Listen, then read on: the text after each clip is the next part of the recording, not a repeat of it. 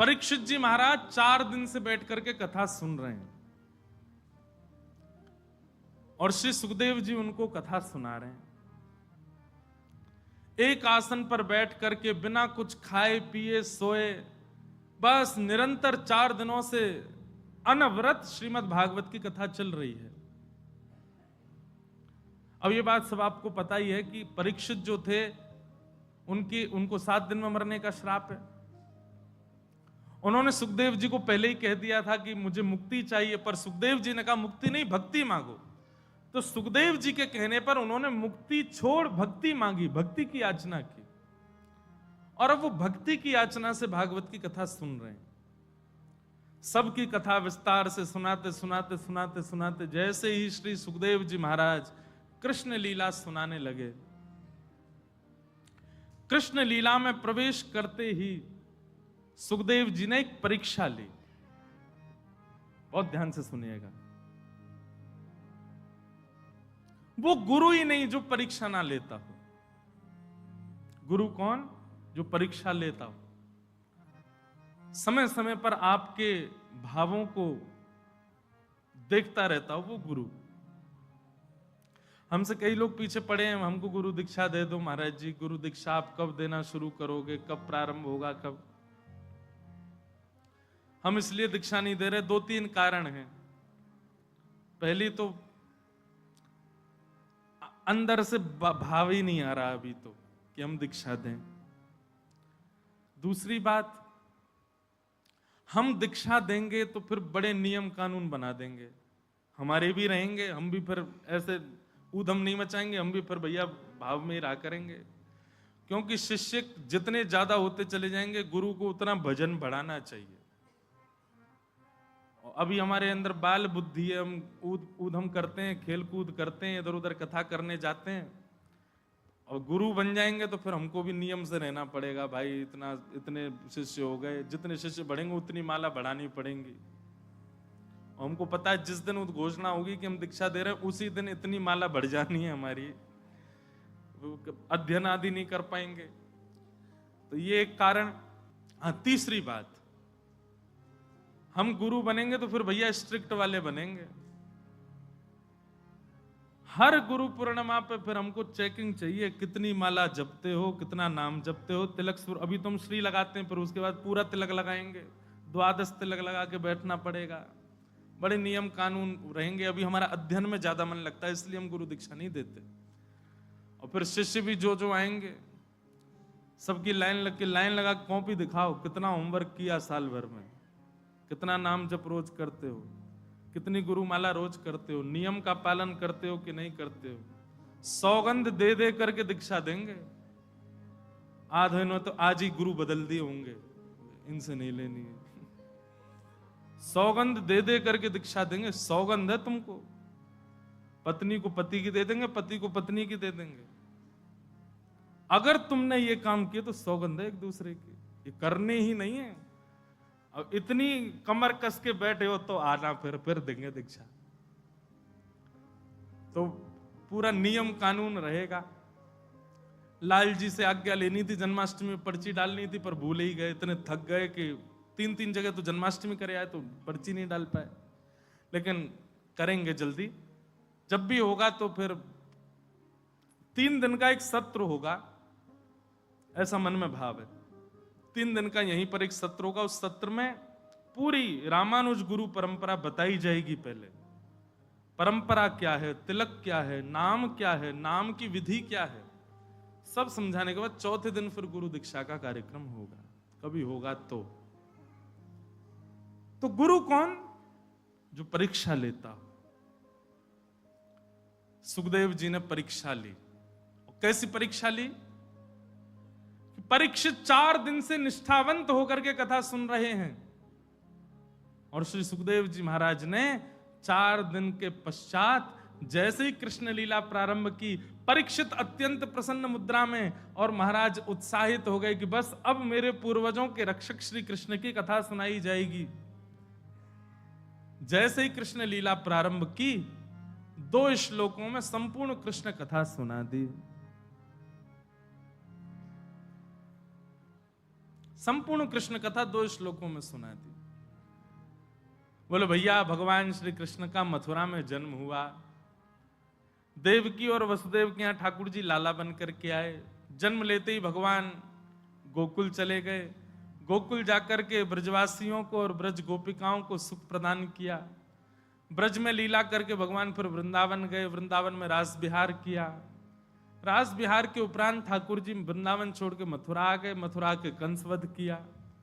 कंस वध के बाद भगवान गुरुकुल पढ़ने गए। गुरुकुल से वापस आकर के भगवान रण छोड़ करके द्वारिका चले गए। 16,108 ब्याह हुए। महाभारत का युद्ध हुआ। गीता का ज्ञान उपदेश किया। लौट करके भगवान द्वारिका में कुछ लीला किए। लीला करके भगवान ने संपूर्ण यदुवंशियों को श्राप युक्त करवा करके अपनी लीला को विश्राम कर दिया। अब ये संपूर्ण कथा सुन करके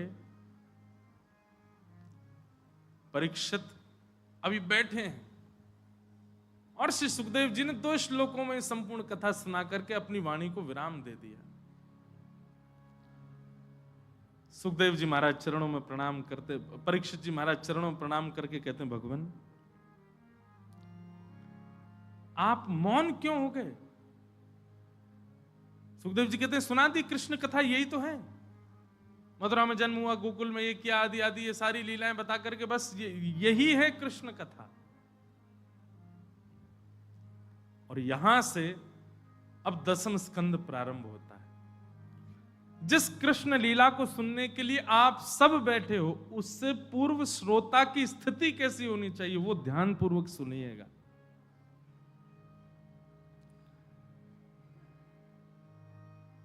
कथितो वंश विस्तारो भवता सोम सूर्ययो राज्ञां चो भयवंश्यानां चरितं परमाद्भुतम्। बहुत ध्यान पूर्वक सुनना।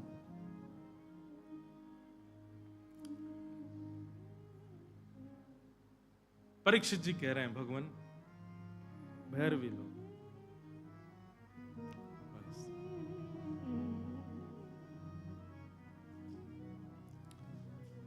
विस्तार से सुनाओ। आपने इतने राजाओं की कथा मुझे विस्तार से सुनाई, इतने सारे प्रसंग मुझे विस्तार से सुनाए, मैं सबको धैर्यपूर्वक सुनता रहा।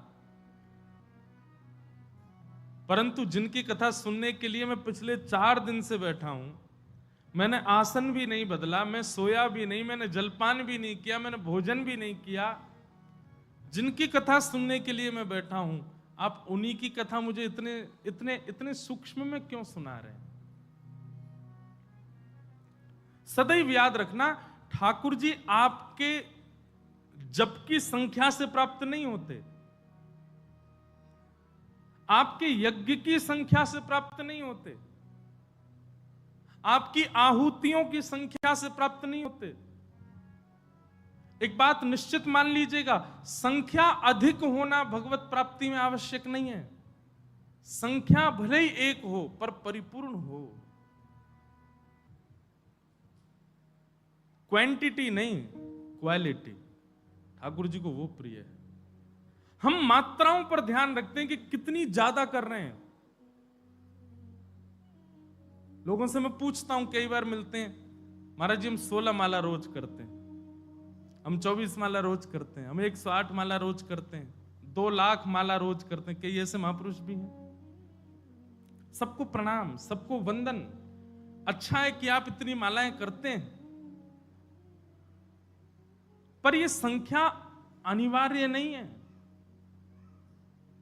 भले एक माला हो, लेकिन उस एक माला के करने पर आपकी मन, बुद्धि, चित्त, तन सबकी स्थिति अत्यंत उत्कंठा से भरी हुई होनी चाहिए।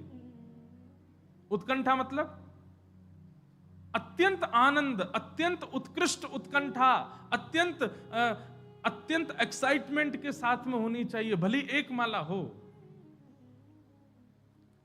महीना में इतने सारे सोमवार, बृहस्पतिवार आदि आदि के व्रत नहीं, केवल एकादशी का करो, पर वो व्रत भी खूब उत्कंठा। देखो कुछ कुछ बातें सुनिएगा।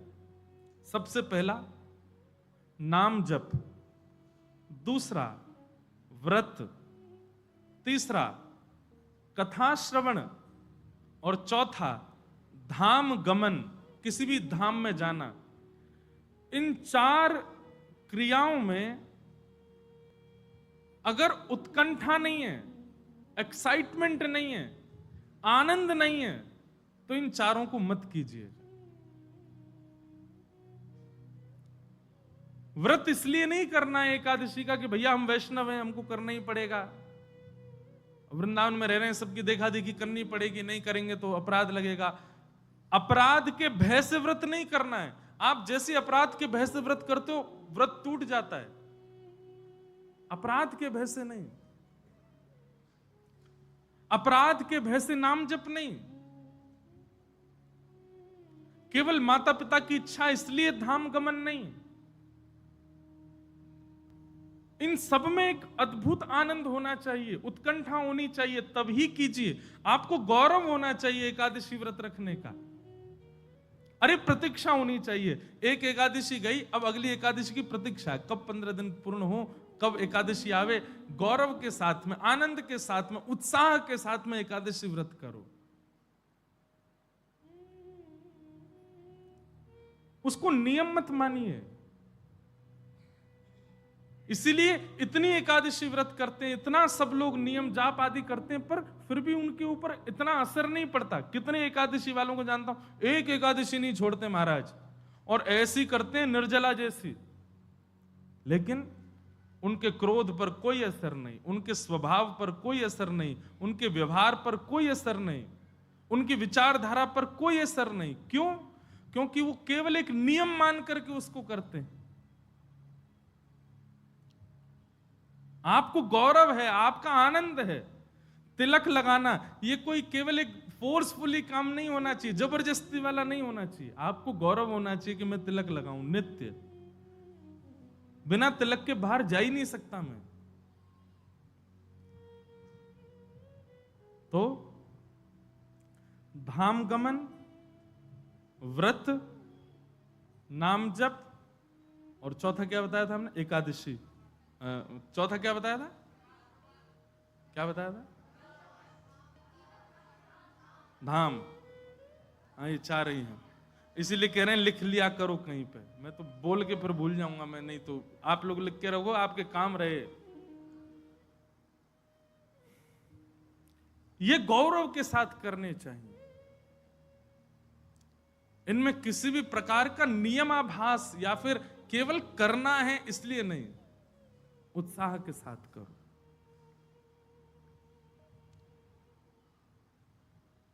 परीक्षित ने जब आज कहा कि भगवान मुझे विस्तार से सुनाओ, आपने सब विस्तार से सुनाया, पर जिनकी कथा सुनने के लिए मैं बैठा हूं, आप उन्हीं की कथा इतने सूक्ष्म सुना रहे हैं, ऐसा मत कीजिए नाथ, मुझे विस्तार से सुनाओ। दुनिया में सबसे कठिन क्या है? वासुदेव जरा कष्टम, कष्टम निर्धन जीवनम, पुत्र शोक महाकष्टम, कष्टात् कष्ट करे क्षुधा। सबसे बड़ा कष्ट क्या है संसार का? बुढ़ापा, वृद्धावस्था सबसे बड़ा कष्ट है। पर वृद्धावस्था से भी बड़ा कष्ट क्या है? निर्धन जीवनम। एक तो वृद्धावस्था, और वृद्धावस्था में भी निर्धन हो जाना, धन का समीप ना होना। वृद्धावस्था सबसे बड़ा कष्ट है, उससे भी बड़ा कष्ट वृद्धावस्था में निर्धन हो जाना, और उससे भी बड़ा कष्ट क्या है? पुत्र शोक महाकष्टम। एक तो वृद्धावस्था, ऊपर से निर्धनता, और तीसरा युवा पुत्र का नेत्रों के समीप, नेत्रों के सामने मृत्यु हो जाना, सबसे बड़ा कष्ट है। इसको महाकष्ट बताया गया। माता पिता बैठे हैं और माता पिता, वृद्ध माता पिता के सामने युवा बालक चला जाए, इससे बड़ा कष्ट नहीं है संसार में। लेकिन पुत्र शोक महाकष्टम कष्टात कष्ट करित क्षुधा। दुनिया में सबसे बड़ा कष्ट, पुत्र शोक से भी बड़ा कष्ट यदि कुछ है तो वो क्या है? भूख लगना और भोजन का ना मिलना सबसे बड़ा कष्ट है। भोजन का ना मिलना, भूखा रहना, अति व्याकुल होकर के अन्न की उपासना कर रहे हैं फिर भी अन्न ना मिले, सबसे बड़ा कष्ट है। पर श्री सुखदेव जी महाराज कहते हैं कि राजन, कुछ खा लो, कुछ पी लो, और वहां पर भी परीक्षित जी महाराज कहते हैं, भगवान मुझे भूख नहीं लगती, मुझे प्यास नहीं लगती, मुझे केवल आपकी रस कथा श्रवण करनी है, मुझे केवल आपके भाव श्रवण करने हैं। अब ये कथा ही, ये भाव ही मेरी भूख पेट को, मेरे पेट को ऊर्जा प्रदान करेंगे, मुझे भूख प्रदान करेंगे, मेरी भूख को निवृत्त करेंगे। अब सामान्य अन्न की उपासना, अन्न की इच्छा नहीं है मुझे, आप कृपा करके केवल कथा रसामृत पिलाओ। ऐसी स्थिति जब हो जाए तब कृष्ण कथा प्रारंभ होती है श्रीमद् भागवत में। हमारी स्थिति नहीं है ऐसी। हमें तो क्षणिक भाव भी, संसार का कोई भी क्षणिक भाव भी आकर्षित कर लेता। एक इंपॉर्टेंट कॉल आ जाए, वैसे तो आएगा नहीं, हॉल में यहां नेटवर्क ही नहीं आते किसी के। एक क्षणिक फोन आ जाए कि भाई ये काम है जरूरी, आप तुरंत जाओगे। कथा त्याग करने में, भगवत लीला श्रवण करने के त्याग में किंचित भी भाव नहीं रखेंगे, हम तुरंत चले जाएंगे। पर परीक्षित जी की स्थिति ऐसी नहीं है। परीक्षित जी तो कह रहे हैं, कथितो वंश विस्तारो भवता सोम सूर्ययो राज्ञां चो भयवंश्याना चरितम परमाद्भुतम। आप कृपा करके मुझे विस्तार से सुनाओ। मुझे नहीं लगती भूख, मुझे नहीं लगती प्यास। केवल भूख प्यास से विप्राय नहीं, संसार की हर वो वस्तु जिसके प्रति आप कथा भी छोड़ सकते हो आकृष्ट होकर के, वह भी सामने आ जाए तो उसका भी त्याग कर दिया जाए कथा के लिए, तब कृष्ण लीला में प्रवेश होता है।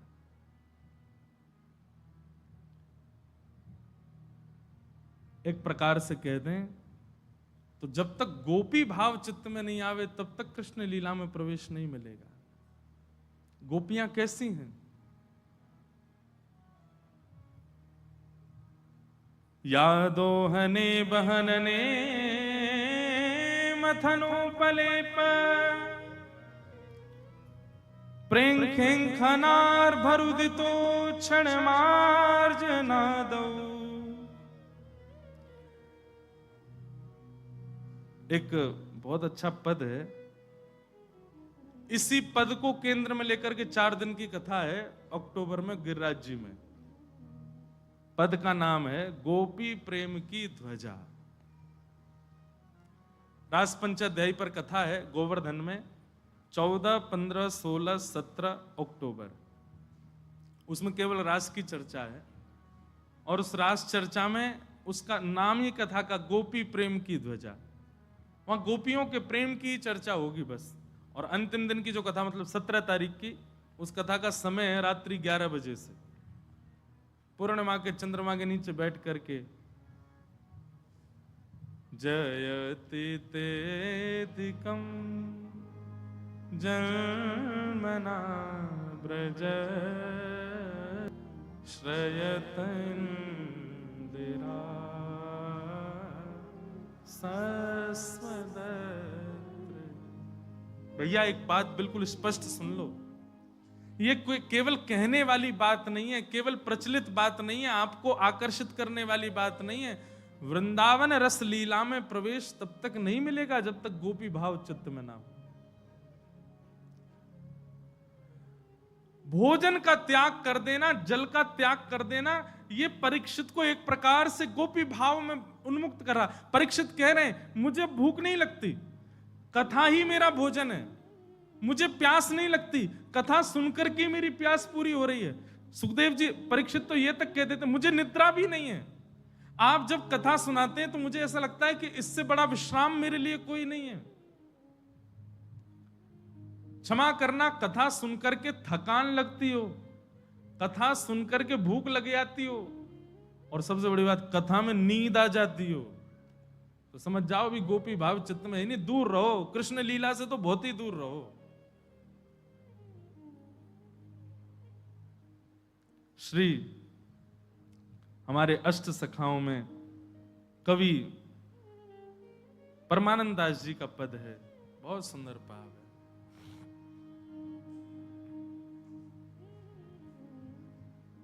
गोपी प्रेम की ध्वजा, गोपी प्रेम की ध्वजा, गोपी प्रेम की ध्वजा, गोपी प्रेम की। सब लोग गाओ। गोपी प्रेम की ध्वजा, गोपी प्रेम की ध्वजा। अभिप्राय क्या है? जब तक स्थिति ऐसी नहीं बनेगी तब तक आप कृष्ण लीला में प्रवेश नहीं कर सकते। आप सामान्य श्रोता बनकर के आप कहो हम कानपुर से आए हैं, हम इलाहाबाद से आए हैं, प्रयागराज से आए हैं, दिल्ली से, हम वहां से, नहीं आ पाओगे कृष्ण लीला में। अरे देवादिदेव महादेव भी दौड़ करके आते हैं। तो सबसे पहले अभी भक्तमाल जी कथा में एक भेद खुला।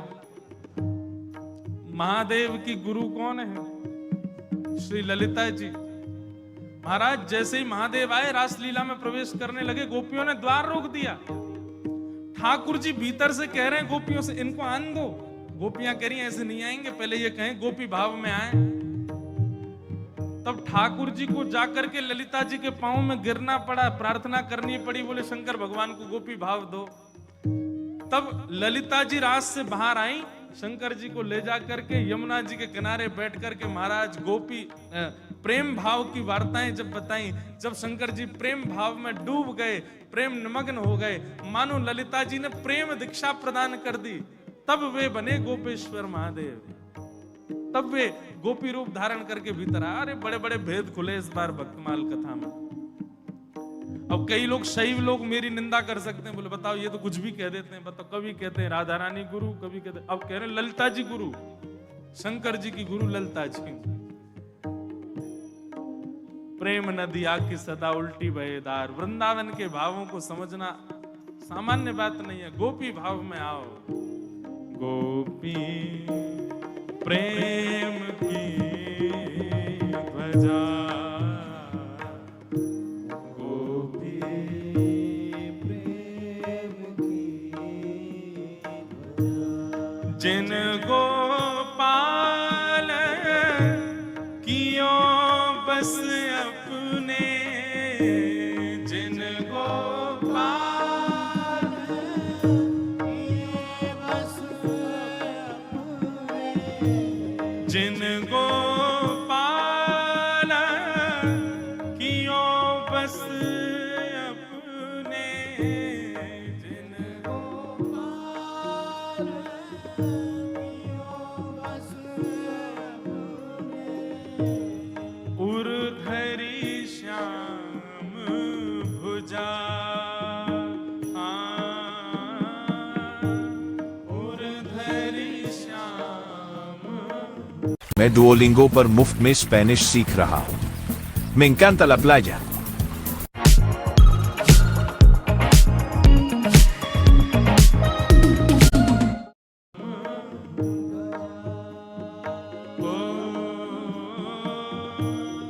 उर्धरी श्याम भुजा,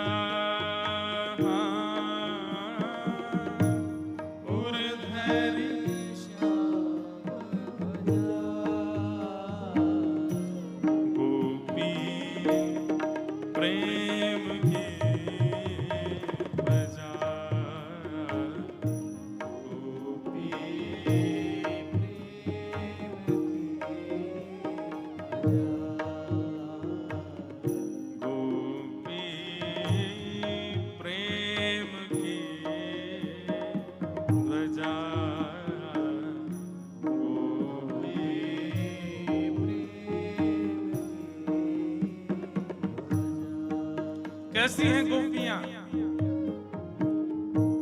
सुख मुनि व्यास प्रशंसा कीनी, सुख मुनि व्यास प्रशंसा कीनी, सुख मुनि व्यास प्रशंसा कीनी, सुख मुनि व्यास प्रशंसा कीनी,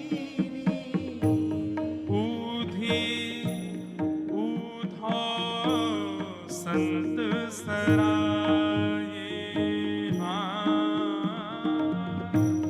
ऊधो संत सराये, ऊधो संत सराये,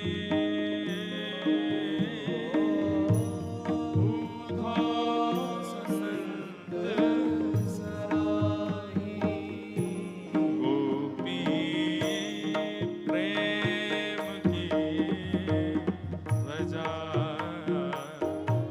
गोपी प्रेम की वजह,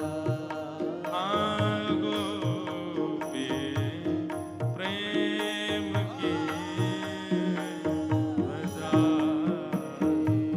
गोपी प्रेम।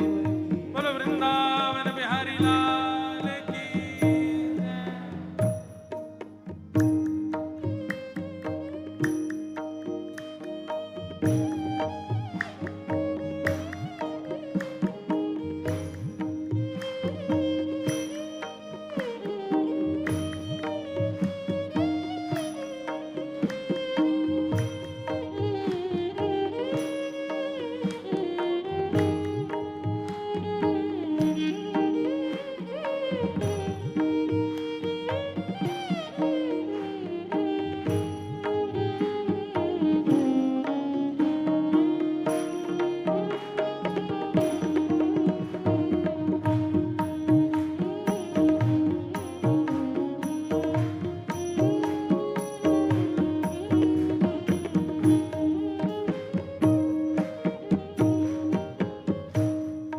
कहाँ भयो जो विप्रकुल जनयो, कहाँ भयो जो विप्रकुल जनयो, कहाँ भयो जो विप्रकुल जन्मो, कहाँ भयो जो विप्रकुल जन्मो, जो हरि सेवा नाही, जो हरि सेवा नाही, सोई कुलीन दास परमानंद,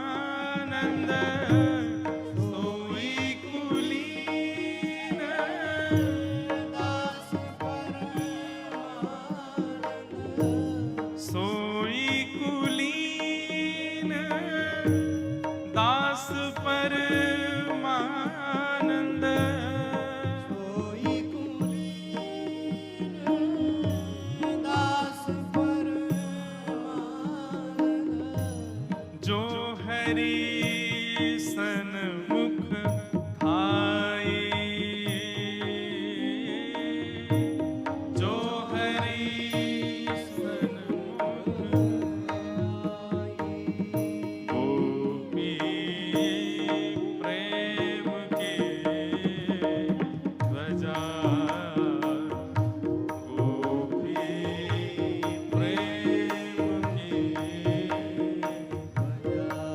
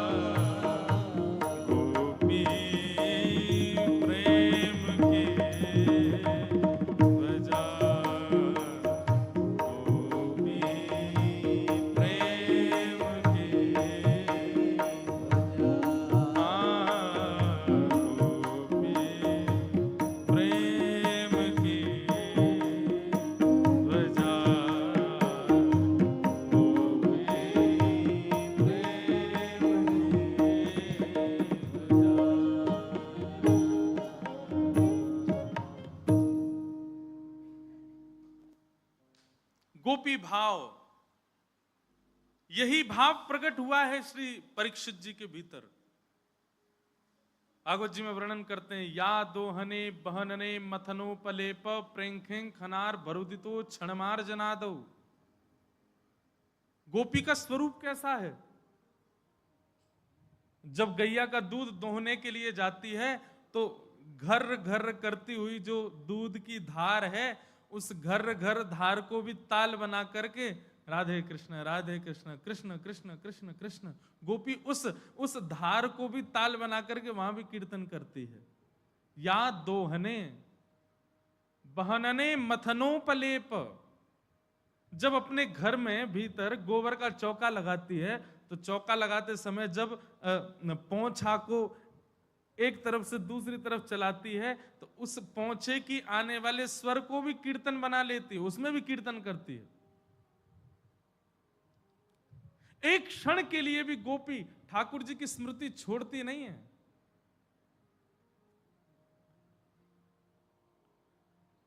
हमारी समस्त इंद्रियां कृष्ण पिपासु हो जाएं। नेत्रों को देखने के लिए श्याम सुंदर चाहिए, कानों को श्रवण करने के लिए कृष्ण चाहिए, नासिका में सुगंधी भी उनके चरणार विंद की, जिह्वा में रसामृत, जिह्वा में अधुरामृत भी उन्हीं का। अरे हर स्थिति से हम कृष्ण को पाना चाहते हैं। ऐसी स्थिति जब होती है तब भागवत जी में कृष्ण लीला में प्रवेश कराते हैं, उससे पहले नहीं। परमानंद दास जी कह रहे हैं, जिन गोपाल कियो अपने बस, उर्धरी श्याम भुजा, गोपी प्रेम की ध्वजा, गोपी प्रेम की ध्वजा। अभी हम ठाकुर जी के अधीन है। मैं कथाओं में कहा करता हूं कि भजन कैसा हो कि ठाकुर जी हमारे अधीन है गए। मेरो सुमिरन हरि करें मैं पावा विश्राम, ठाकुर जी अधीन है गए। पंढरपुर में भी कथा थी, वहां एक भक्त हुई जनाबाई। जनाबाई जी का चरित्र ऐसा आता है कि जनाबाई छोटी सी थी, तब से ही आपके मन में कृष्ण भक्ति प्रकट हो गई थी। तो आषाढ़ की एकादशी जब आती है तब पंढरपुर में बहुत सुंदर उत्सव होता है ठाकुर जी का। लाखों करोड़ों की तादाद में वैष्णव जाते हैं, वारकरी जाकर के श्री पंढरपुर में आनंद करते हैं। सबको दर्शन नहीं होते ठाकुर जी के, क्योंकि ऐसा मान्यता वहां पर कि आषाढ़ की एकादशी पर ठाकुर जी आकर के ऊपर शिखर पर विराजमान हो जाते हैं। सब शिखर को ही देख के चले जाते हैं, मंदिर में भीतर कोई नहीं जा पाता। और ऐसा नाद प्रकट करते हैं, इतने भाव से गाते हैं कि पंढरपुर के ऊपर शिखर के जो कलश हैं वो कलश तक झूमने लग जाते हैं, इतना स्वर प्रकट होता है। तो जनाबाई अपने माता पिता के साथ में पंढरपुर गई, और जैसे पंढरपुर पहुंची तो ऐसा वर्णन है उनकी लीला में, उनके चरित्र में, कि पंढरपुर जाते ही इतनी भीड़ थी कि एक हाथ माँ ने पकड़ा, एक हाथ पिता ने पकड़ा, कि भीड़ में चलते चलते चलते खोने वाली थी, लेकिन माता पिता ने इतना कस के पकड़ा कि जनाबाई खो नहीं जाए। लेकिन जनाबाई के मन में भाव आया कि मैं कैसे भी खो जाऊं, मेरे माता पिता का हाथ छूट जाए, इन दोनों से मेरा हाथ छूट जाएगा, मैं खो जाऊंगी तो मैं फिर हमेशा यहीं रहूंगी। ये भी चिंता नहीं कि सोऊंगी कहाँ, भोजन कहाँ करूंगी, क्या करूंगी, क्या कुछ नहीं, वो तो खोने ही आई थी। बोले इनके पास रहूंगी तो फिर ठाकुर जी से दूर रहूंगी, कैसे भी खो जाऊं। और जबरदस्ती मेला में जाकर के, खोने वाली तो नहीं थी पर जनाबाई ने हाथ छोड़ दिए माता, और जैसे ही खो गई, खोते ही बालक तो रोते हैं, जनाबाई नाचने लगी। बोले अच्छा है, अब मैं खो गई, अब मैं अकेली हो गई, अब मैं यहीं रहूंगी, मैं विट्ठल को छोड़ के कहीं नहीं जाऊंगी। ऐसे हैं हम लोग, खोते ही सबसे पहले खोया पाया केंद्र कहां। अरे हम खोए तो दूर की बात, हमारी कोई चीज खो जाए बिहारी जी के मंदिर में, और तो छोड़ो बंदर ही ले जाए महाराज, भैया 5 रुपए वाली नमकीन से नहीं 10 रुपए वाली फ्रूटी पिलाओ, तब छोड़े। यहां जनाबाई खुद को खोए आई, हमारी कोई वस्तु खो जाए, हम चाह रहे हैं कि हमको कृष्ण लीला सुनाई दे जाए। ठाकुर जी की बंसी निधि वन में रात में जाके बैठेंगे, कन्हैया दिख जाएंगे, बड़े दिख रहे हैं कन्हैया। अरे महादेव, देवों के देव महादेव को जब गोपी बनना पड़ा ठाकुर जी की लीला में आने के लिए, हम कैसे? गोपी का मतलब श्रृंगार नहीं है, बिल्कुल भी श्रृंगार से मत लगाइएगा इसका भाव। गोपी का मतलब आपके आंतरिक इंद्रियों का भाव, प्रत्येक इंद्रिय कृष्ण को पाने की इच्छुक हो जाए, चतुर्भुज दास जी का भाव है। मैं गाता हूं कथाओं।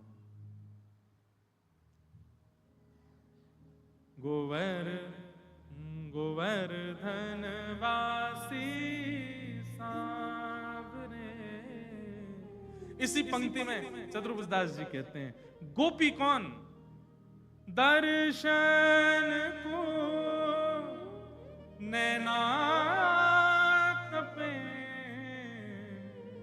वचन सुनन को कान, मिलवे को हियरा तपे, हिय के जीवन प्राण, गोवर्धन वासी सा।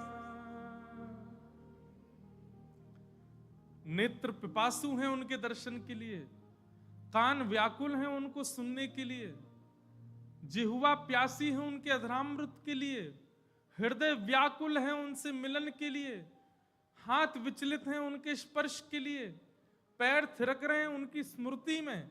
ऐसी स्थिति जब सर्वांगीण अंग की हो जाती है तब आप गोपी बनते हैं, और तभी आपको कृष्ण ध्वनि सुनाई देती है, कृष्ण लीला दिखाई देती है। इन समस्त इंद्रियों में किसी भी प्रकार से यदि संसारी भाव विद्यमान है, आप ठाकुर जी की लीला में प्रवेश नहीं कर पाओगे। कर तो जाओगे पर उसके मूल रहस्य को नहीं जान पाओगे, मूल भाव को नहीं जान पाओगे।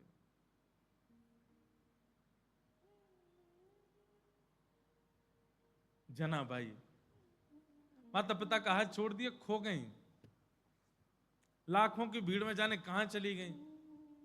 अब एक बात और है, पुत्र खोया होता तो माता पिता ज्यादा प्रयास करते, पुत्री खोई तो माता पिता ने भी ज्यादा प्रयास नहीं किया। दुर्भाग्य है माता पिता का। जनाबाई जैसी भक्ता को उन्होंने ढूंढा ही नहीं, खो गई, थोड़ा इधर उधर जना जना जना करके चिल्लाते रहे। थोड़ी देर बाद पिताजी बोले नहीं मिल रही, चलते हैं वापस। आप कहां ढूंढे लाखों की भीड़ में? छोटी बालिका, कहीं ऐसा नहीं हो लोगों के हाथ पांव के नीचे। अब पुराने जमाने की बात छोड़ गए। जनाबाई तो नाच रही हैं, नृत्य कर रही हैं।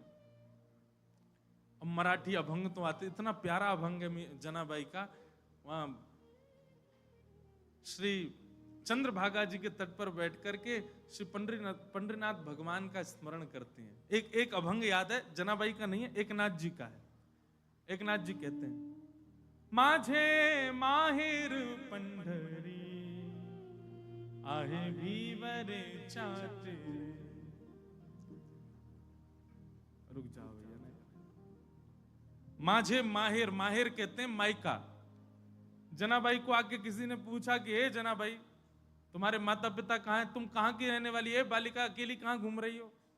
तो मानो एकनाथ जी के भाव से कह रही हूं कि यही मेरा मायका। माझे माहिर पंढरी आहे भीवरे चातिरी। भीमा नदी कहते हैं चंद्रभागा जी को, उनके तट पर जो विराजमान पंढरपुर, यही मेरा मायका है। बोले अच्छा, माता पिता कहाँ हैं तुम्हारे? तब एकनाथ जी कह रहे हैं, बाप आई आई माझे विठ्ठले रखुमाई, माझे विठ्ठले Rakhumai. Learn over 40 languages with Duolingo. It's free, so there's no excuse. Tell me more about your background. Yes, sir. Actually, behind me there are many clothes because yesterday only I washed them. मेरे माता पिता कौन है? बोले विठ्ठल जो है ये मेरे पिता हैं और रुक्मणी जो है ये मेरी माँ है। अच्छा, तुम्हारे परिवारी जन नहीं है, तुम्हारे सगे संबंधी कौन है? तब जनाबाई कहती हैं, माझी बहिण चंद्रभागा, माझी बहिण चंद्रभागा, करत से पाप भंग, करत से पाप भंग, करत से पाप भंग,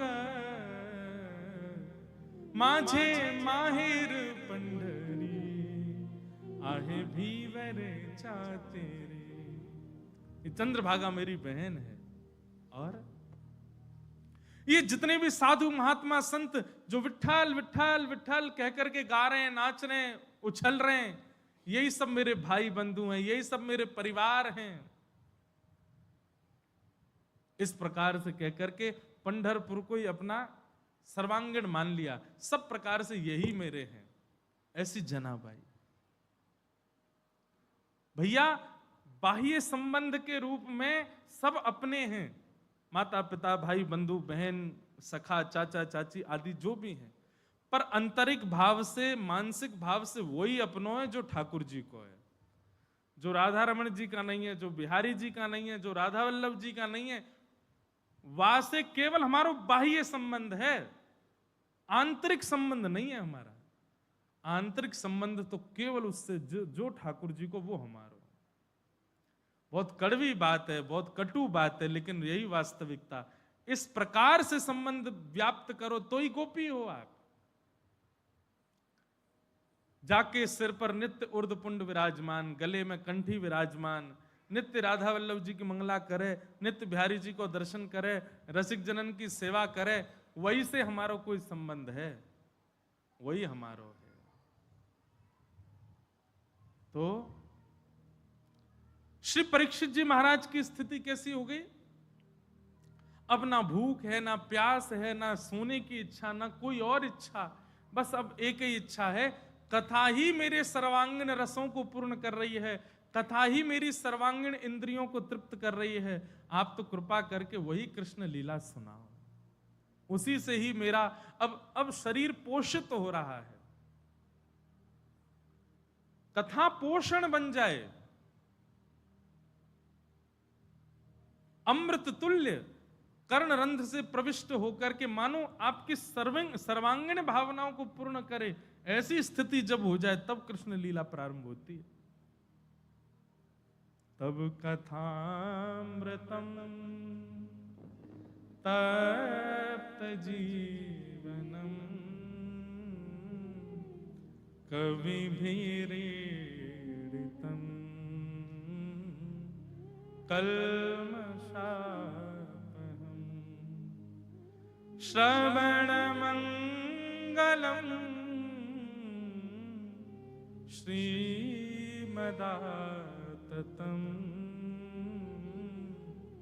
भुवि गृह्णन्ति ते भूरिदा जना। तब कथामृतम तप्त जीवनम। हे नाथ, अब तो केवल कथा ही मेरा सर्वांगीण सर्वस्व बन चुकी है, कथा से ही मुझको पोषणता का अनुभव होता है। आप तो कृपा करके मुझको कथा सुनाओ। बस इसी भाव को जान करके नाभा जी ने भक्तमाल जी में नवदा भक्ति के 9 आचार्य बनाए। श्रवणम कीर्तनम विष्णु स्मरणम पाद सेवनम अर्चनम वंदनम दास्यम सख्य आत्मनिवेदनम। नवदा भक्ति में प्रथम भक्ति जो श्रवण भक्ति है, उस श्रवण भक्ति के आचार्य के रूप में इसी बात को सुनकर के नाभा गोस्वामी जी ने कहा, श्रवण भक्ति के आचार्य कौन है? श्री सुखदेव जी महाराज। श्रवण रसिक कहीं सुने ना परीक्षित से, जो पान हूं करत लागी कोटि गुण प्यास है। 26 छंद में श्री नाभा जी कहते हैं, बोले कैसे हैं? बोले पान हूं करत लागी कोटि गुण प्यास है। पीते भी जा रहे हैं, कथा सुनते भी जा रहे हैं, पर ज्यों-ज्यों कथा सुनते हैं त्यों-त्यों प्यास बढ़ती जा रही है, कम नहीं हो रही है। ऐसे कई लोग हमारे परिचय के हैं, अभी भी खूब कथा सुनते हैं, पर उनकी इच्छा पूरी नहीं हो रही है, और सुननी वहां भी सुननी। अब हम इतनी पिला रहे हैं, हम भी इतनी कथा कह रहे हैं, हमारी भी इच्छा पूर्ति नहीं होती। आराम के लिए एक दिन भी मिल जाए, उसमें भी कोई कह दे कि महाराज जी वहां एक दिन का समय दे दो, भग जाते हैं। माता जी घर के सब लोग कहते हैं एक दिन तो आराम कर। मैंने कि पता नहीं क्यों कथा 4 घंटा बैठ के जो आराम मिलता है बोलने में, वही आराम लगता है, अब उसके अलावा आराम ही नहीं लगता। वैसे ताली बजवाने के लिए नहीं बोला था मैंने, मैं केवल बता रहा था। कल का ही दिन था हम पे खाली। कल भी एक वैष्णव आए, बोले हमारे यहाँ महाराज जी उत्सव में थोड़ी देर, कहे तो बहुत दिन से रहे थे, पर एक ही दिन खाली था। करेंगे, थोड़ी देर की चर्चा करेंगे। ऐसी स्थिति हो जाए, कृष्ण तन कृष्ण मन कृष्ण ही हमारो धन, आठों याम ऊधो में कृष्ण ही सो काम है। कृष्ण ही सब कुछ है, बस कृष्ण के अलावा और कोई स्थिति हमको अब सुधार नहीं सकती।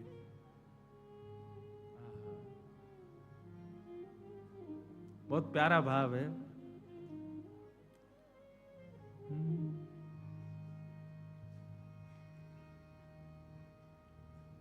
मेरो मन लग्यो बरसाने में, जहां विराजे राधा रानी। इस पंक्ति में बाबा श्री विनोद बिहारी दास जी महाराज एक बात कहते हैं, हो मुझे दुनिया से नहीं कोई काम, मुझे दुनिया से नहीं कोई काम, मुझे दुनिया से नहीं कोई काम, मुझे दुनिया से नहीं कोई काम। मैं तो रटू राधा राधा नाम, मैं तो रटू राधा राधा नाम। मैं तो रटू राधा राधा नाम, मैं तो रटू राधा राधा नाम। मैं तो रटू राधा राधा नाम। मैं तो रटू राधा राधा नाम। और दर्शन करूं शुभ शाम, बोल वृषभानु दुलारी की जय।